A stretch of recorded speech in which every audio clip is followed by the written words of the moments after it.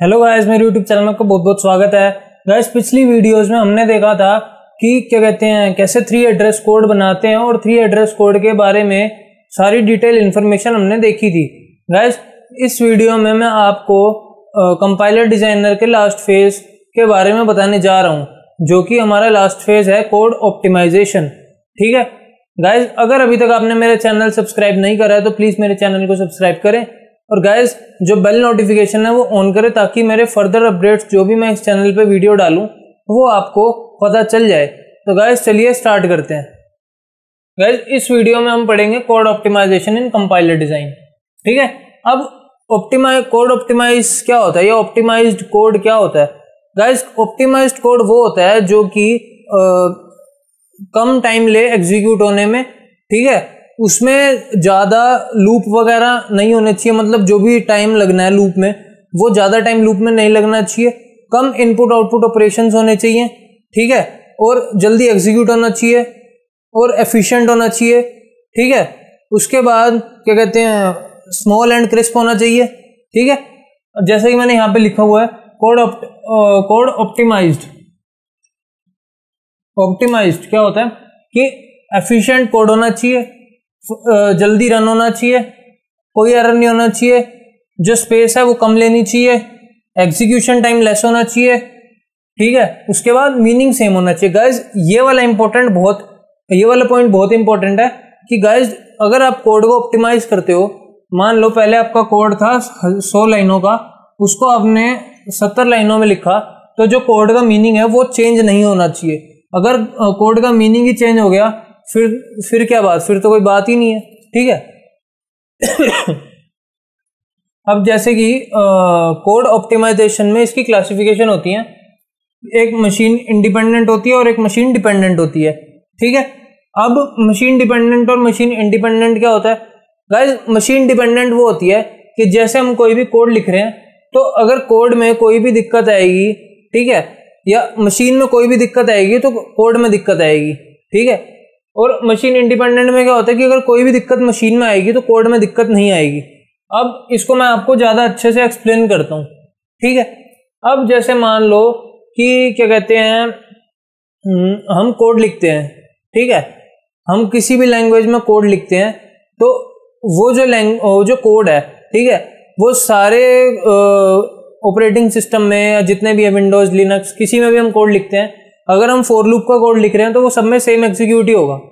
ठीक है, जो भी उसकी क्या कहते हैं टाइम कॉम्प्लेक्सिटी है वो सेम ही होगी।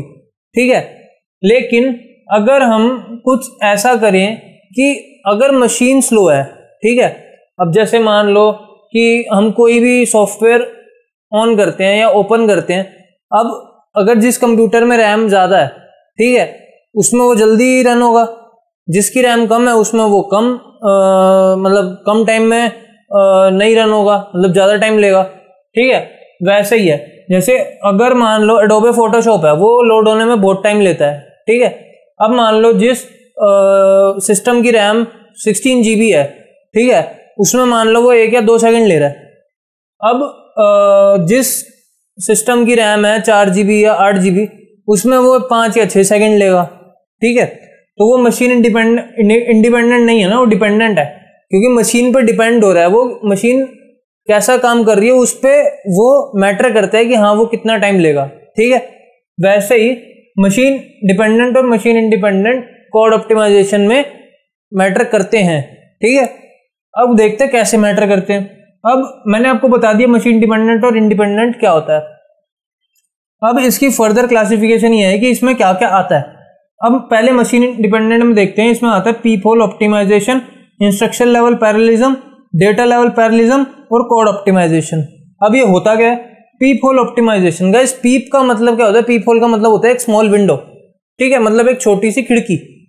पीप whole optimisation in the sense कि मान लो अगर आप कुछ भी कर रहे हो कोडिंग में, अगर आपकी मान लो जैसे कि माइक्रो प्रोसेसर है, ठीक है, आपने मान लो A/B + C/D करना है, मान लो A = दिस। ठीक है, उसमें आप क्या करोगे कि जो रिडंडेंट इंस्ट्रक्शन है आपकी वो हटाओगे। अगर रिडंडेंट इंस्ट्रक्शन आप नहीं हटाओगे तो उतनी वो लेट करेगा, हार्डवेयर वर्क लेट करेगा इंस्ट्रक्शन के हिसाब से, क्योंकि जो माइक्रो प्रोसेसर होता है वो हमारा हार्डवेयर ही तो होता है। अगर हार्डवेयर में हम इंस्ट्रक्शन ज़्यादा दे देंगे तो हार्डवेयर क्या करेगा, एफिशिएंट नहीं रहेगा। ठीक है, वैसे ही काफ़ी सारे पॉइंट्स हैं पीप होल ऑप्टिमाइजेशन में, आने वाली वीडियोस में या आने वाले टाइम में मैं आपको बताऊंगा। ठीक है, अगला है कि instruction level parallelism. Instruction level parallelism क्या करता है कि कितनी इंस्ट्रक्शन, ठीक है, कितनी इंस्ट्रक्शन चल रही हैं एक बार में, उसको कैसे हैंडल करना है इंस्ट्रक्शंस को। ठीक है, तो मान लो 5 इंस्ट्रक्शंस है, तो 5 इंस्ट्रक्शंस को कैसे हैंडल करना है वो हमारे इंस्ट्रक्शन लेवल पैरेललिज्म देखता है। उसके बाद आता है data level parallelism. Guys, data level parallelism भी इंस्ट्रक्शन लेवल पैरेललिज्म की तरह ही है। इसमें हम इंस्ट्रक्शन देखते थे कि कितनी इंस्ट्रक्शंस हम हैंडल कर रहे हैं एक बार में। इसमें हम देखते हैं कि डेटा हैंडल कैसे हो रहा है। इंस्ट्रक्शन तो ठीक है, इंस्ट्रक्शन हमने दी कि हाँ जी ये परफॉर्म करना है, मूव ऑपरेशन करना है या ऐड ऑपरेशन करना है, जो भी हमने करना है, उस हिसाब से डेटा हमारा कैसे मैनेज हो रहा है। ठीक है, तो वो हमारा आता है डेटा लेवल पैरेललिज्म में। उसके बाद आता है code optimisation. Code optimisation in the sense, जैसे आप मान लो लूप लिख रहे हो, ठीक है, आपने 2 एरे लिए, दो एरे को आपने अलग अलग क्या कहते हैं एग्जीक्यूट कराया, तो इससे बढ़िया आप दोनों को एक ही बारी फॉर लूप लगा के दोनों एरे को एग्जीक्यूट करा दो। ठीक है, माना कि वो मशीन इंडिपेंडेंट है, लेकिन अगर आप एक कॉन्सेप्ट देखो कि कोड को आपने ऑप्टिमाइज करना है, तो ऐसे भी तो कर सकते हो कि 2 एरे ना लगाए बिना आप एक फॉर लूप में ही काम कर लो, मतलब 2 फॉर लूप ना लगा के एक फॉर लूप में ही आप काम कर लो, वो भी तो आपका कोड ऑप्टिमाइजेशन ही है। बेसिकली कोड ऑप्टिमाइजेशन क्या होता है कि आपके कोड को इतना एफिशिएंट बनाना है कि वो टाइम भी कम ले, ठीक है, एग्जीक्यूशन और जो भी रन टाइम है वो कम ले, ठीक है, उसके बाद उसकी जो टाइम कॉम्प्लेक्सिटी है वो भी कम हो, ठीक है, और कम से कम इनपुट आउटपुट ऑपरेशन परफॉर्म करे, तभी तो वो एफिशिएंट बनेगा। क्योंकि जितने ज़्यादा input operation output operation perform करेगा उतना ज़्यादा उसको देर लगेगी अपना आउटपुट एग्जीक्यूट करने में। ठीक है, तो गाइस देखते हैं आगे की पीप होल ऑप्टिमाइजेशन क्या होती है। गाइस अब हम देखेंगे पीप होल ऑप्टिमाइजेशन डिटेल में। ठीक है, तो गाइस पीप होल ऑप्टिमाइजेशन मैंने अभी आपको बताया था कि काफ़ी सारे रिडंडेंट लोड और डेटा हम इंसर्ट या करते हैं, जिसकी वजह से हमारा जो प्रोसेसर है वो ज़्यादा टाइम लेता है एग्जीक्यूट करने में। ठीक है, तो गाइस इसमें पीप होल ऑप्टिमाइजेशन में बड़े सारे कंसेप्ट हैं, जैसे कि redundant load and store, strength reduction, simplify algebraic expression.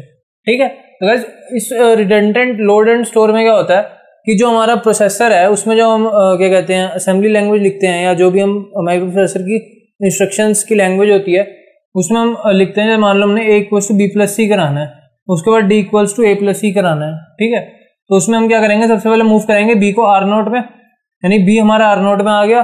ठीक है, B हमारा R0 में आ गया।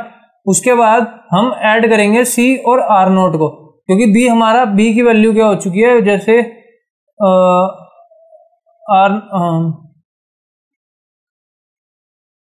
R0 में B की वैल्यू जा चुकी है, तो वही मूव B R0, मतलब B की वैल्यू R0 में जा चुकी है। ठीक है, उसके बाद ऐड C R0, मतलब जो R0 की वैल्यू है उसमें C प्लस कर दो। मतलब पहले हमने क्या किया, हमने किया R0 = B। ठीक है, उसके बाद हम क्या करेंगे, R0 = R0 + C। ठीक है, मतलब ऐड करो C R0 में। ठीक है, उसके बाद हम क्या करेंगे, मूव R0 A, मतलब R0 की वैल्यू जो है या A की वैल्यू जो है वो R0 में R0 की वैल्यू A में करो। ठीक है, तो A = R0 हो जाएगा। उसके बाद मूव A R0, मतलब जो R0 की वैल्यू है वो A में करो। इसमें A की वैल्यू R0 में करते थे, A की वैल्यू R0 में करते थे और इसमें R0 की वैल्यू A में करेंगे। तो फर्क क्या हुआ, A की वैल्यू तो वही है। ठीक है, A की वैल्यू वही है, सेम वैल्यू है, तो मूव R0 A फिर मूव A R0। तो इसका जरूरत क्या है, ये वाले इसकी जरूरत ही नहीं है कोई, क्योंकि हमने जब मूव कर दिया A की वैल्यू R0 में, फिर हम मूव क्यों करेंगे R0 में A की वैल्यू। ठीक है, तो वैसे ही उसके बाद हम क्या करेंगे, ऐड E R0, तो E हो जाएगा, फिर उसका मूव R0 D, तो डी की वैल्यू हम निकाल लेंगे। तो ये वाला जो हमारा है इंस्ट्रक्शन, ये रिडंडेंट इंस्ट्रक्शन है, मतलब हमने फालतू में ही ये वाली इंस्ट्रक्शन लगा रखी है जिसकी वजह से हमारा जो प्रोसेसर है वो एग्जीक्यूट करने में ज़्यादा टाइम लगाएगा। ठीक है, तो रिडंडेंट लोड एंड स्टोर की हो गई। उसके बाद हमारी आती है स्ट्रेंथ रिडक्शन। स्ट्रेंथ रिडक्शन हमारी क्या करती है, जैसे मान लो हमने कोई भी किसी भी वैल्यू का स्क्वायर निकालना है, x square equals to x into x. अब इसमें हम क्या करते हैं, एक्स स्क्वायर जो है वो एक्सपोनेंशियल वैल्यू है। ठीक है, मान लो 2 की पावर 2 4 है। ठीक है, तो यानी एक्सपोनेंशियल वैल्यू है। अब एक्सपोनेंशियल वैल्यू क्या होती है, भारी वैल्यू होती है, मतलब हैवी वैल्यू होती है। उसको हम उसकी जो स्ट्रेंथ है वो रिड्यूस कर देंगे, मतलब एक्सपोनेंशियल वैल्यू में हम इसको कन्वर्ट कर देंगे एक्स इंटू एक्स में। ठीक है, मतलब एक्सपोनेंशियल वैल्यू को हमने क्या कहते हैं नॉर्मल वैल्यू में कन्वर्ट कर दिया। ठीक है, तो x square equals to x into x हो गया। तो अब जब भी एग्जीक्यूट होगा वो एग्जीक्यूट जल्दी होगा, क्योंकि एक्सपोनेंशियल वैल्यू जो होती है वो ये वाली वैल्यू से देर में एग्जीक्यूट होती है। ठीक है, उसके बाद हमारा आता है एक्स इंटू 2। अगर हमने एक्स 2 से मल्टीप्लाई करना है तो हम लेफ्ट शिफ्ट भी कर सकते हैं। ठीक है, और अगर हमने 2 से डिवाइड करना है तो हम राइट शिफ्ट भी कर सकते हैं। अगर हमने 2 बार मल्टीप्लाई करना है तो हम 2 बार लेफ्ट शिफ्ट करेंगे। अगर हमने 2 बार डिवाइड करना है तो हम 2 बार राइट शिफ्ट करेंगे। तो इससे क्या होगा, हमारी जो स्ट्रेंथ होगी, इसकी जो स्ट्रेंथ है वो वीक हो जाएगी, जिससे कि एग्जीक्यूट होने में ज़्यादा टाइम नहीं लगेगा। ठीक है, उसके बाद हमारा आता है सिंप्लीफाई अलजेब्रिक एक्सप्रेशन। अब जैसा कि आप देख रहे हो a equals to a plus 0, इसका कोई मतलब है 0 का नहीं। अगर मान लो a की वैल्यू हम लिखते हैं 12, तो a इक्वल्स टू 12 प्लस 0, तो 12 प्लस 0 क्या हुई, 12 ही तो हुई। तो इसका कोई मतलब है नहीं है। a equals to a into 1, अगर a की वैल्यू 12 है तो a इक्वल्स टू इंटू 1, तो 12 इंटू 1 तो 12 भी हो जाएगा। जैसे a equals to a minus 0, तो 12 माइनस 0 12 भी हो जाएगी। तो इन एक्सप्रेशंस का कोई काम नहीं है। ठीक है, अब जैसे मान लो ये लिखोगे तो आपका जो प्रोसेसर होगा वो ज़्यादा टाइम ले लेगा इसको एग्जीक्यूट करने में, और जबकि इसका कोई मतलब है भी नहीं। ठीक है, तो गाइस पीप होल ऑप्टिमाइजेशन में ये सभी होता है। गाइस एक कंसेप्ट और है, उसमें क्या होता है कि डेड कोड। ठीक है, जो हमारा डेड कोड होता है, जो भी हम कोडिंग करते हैं उसमें जो हमारा डेड कोड होता है, मान लो जैसे कि यहाँ से लेकर हमने यहाँ तक कोड लिखा। ठीक है, यहाँ पे हम कुछ रिटर्न करा रहे हैं, रिटर्न कराने के बाद हम दोबारा से कोड लिख रहे हैं जो कोई भी वैल्यू रिटर्न नहीं कर रहा है। ठीक है, तो गाइस उस कोड का कोई मतलब ही नहीं होगा, क्योंकि वो कोड तो अपना इनपुट देगा ही नहीं, मतलब वो कोड एग्जीक्यूट ही नहीं होगा, उससे पहले ही वैल्यू रिटर्न हो रही है। तो वो जो बचा हुआ कोड है हमारा, वो हमारा डेड कोड में आ जाता है। ठीक है, तो डेड कोड को हटाना है वो भी इसका एक पार्ट है कि डेड कोड को हटाएंगे तो हमारा जो मशीन, जैसे कि हम देख रहे हैं मशीन डिपेंडेंट में कोड ऑप्टिमाइज हो जाएगा।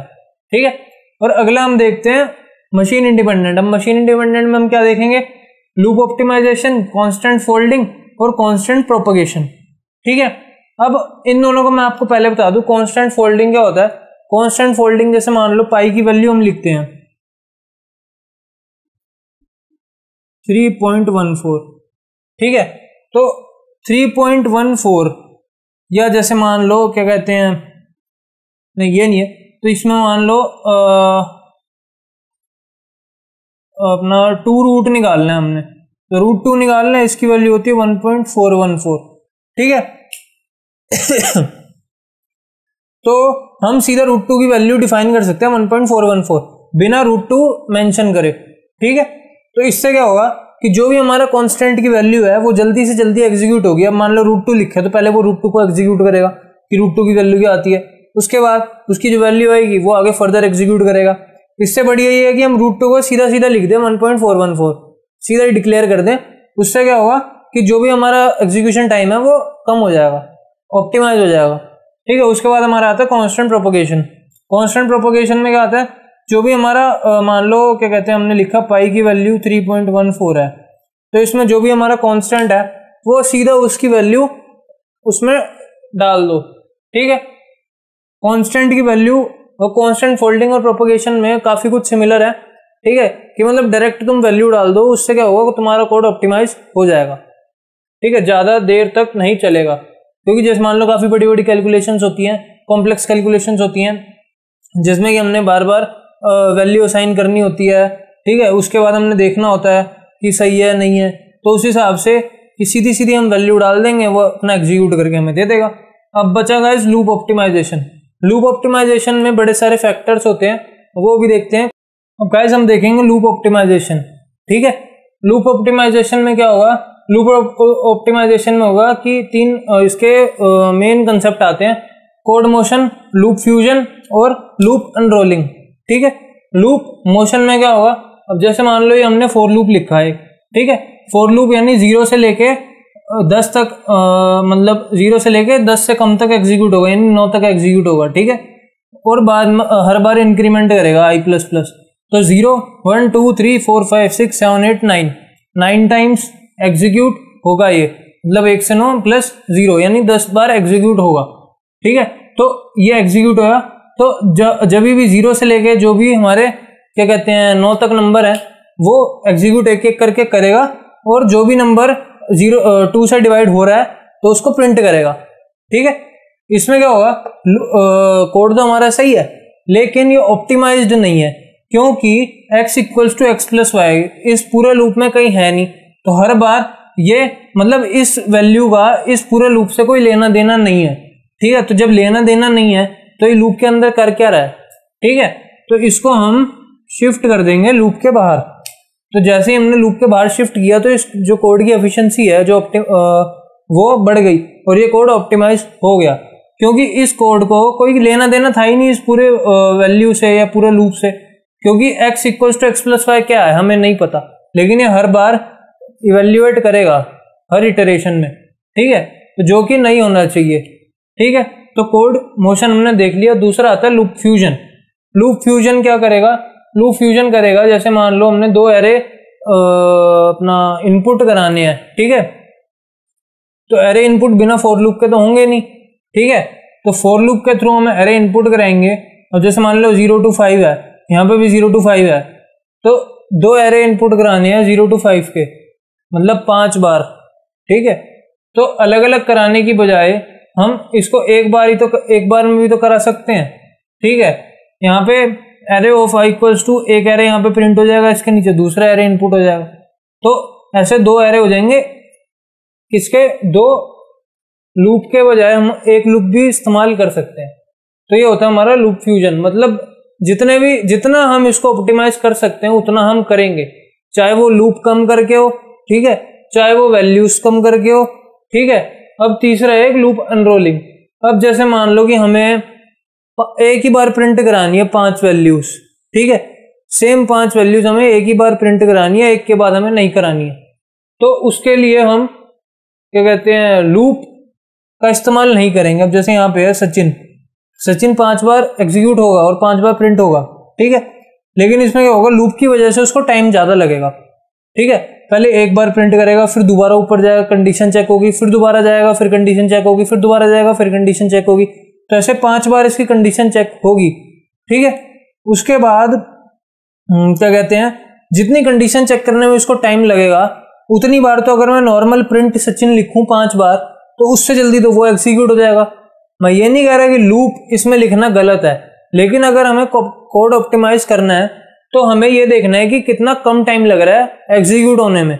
अब जैसे मान लो यहाँ पे 5 की जगह अगर 500 होता, ठीक है, तो हमें लूप लगाना पड़ता, तो जरूरी था कि 500 बार कौन लिखेगा, नहीं। अगर ये भी कंडीशन टू कंडीशन वेरी करता है कि हमें क्या करना है, ठीक है। तो गाइस ये 3 कंसेप्ट थे हमारे लूप ऑप्टिमाइजेशन में। गाइस मैंने इस पूरी वीडियो में मैंने आपको पूरा कोड ऑप्टिमाइजेशन का पूरा कंसेप्ट समझा दिया है। गाइस अगर अभी भी आपको कोई दिक्कत है, कुछ नहीं समझ आया, तो आप मेरे को कमेंट करके पूछ सकते हैं, मैं उसका आंसर दे दूंगा, ठीक है। या मैं क्या कहते हैं डिस्क्रिप्शन में अपनी इंस्टाग्राम आईडी दे दूंगा, आप वहां पे भी मुझे डीएम करके पूछ सकते हैं। तो गाइस अगर अभी तक आपने ये वाली वीडियो लाइक नहीं करी है तो प्लीज इस वीडियो को लाइक कर दें, और अगर अभी तक आप मेरे चैनल पर नए हैं तो मेरे चैनल को सब्सक्राइब करें, please bell notification icon on करें ताकि मेरे आने वाले वीडियोस आप तक पहुंच जाएं। और गाइस अगर अभी तक आपने ये वाली वीडियो शेयर नहीं करी है तो प्लीज इस वीडियो को शेयर करें। Thank you guys.